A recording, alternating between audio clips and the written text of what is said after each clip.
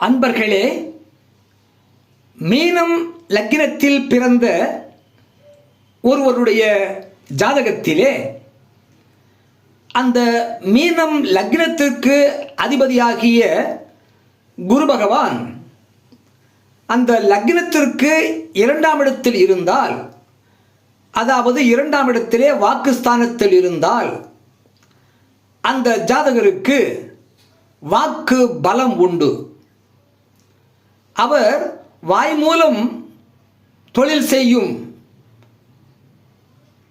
ஜீவனம் அவருக்கு அமையும்.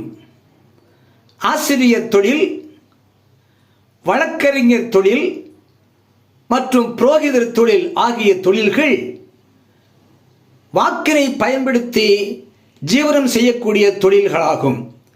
மீனம் லக்னத்தில் பிறந்தவர்களுக்கு 2ஆம் இடத்திலே குரு பகவான் இருந்தார்.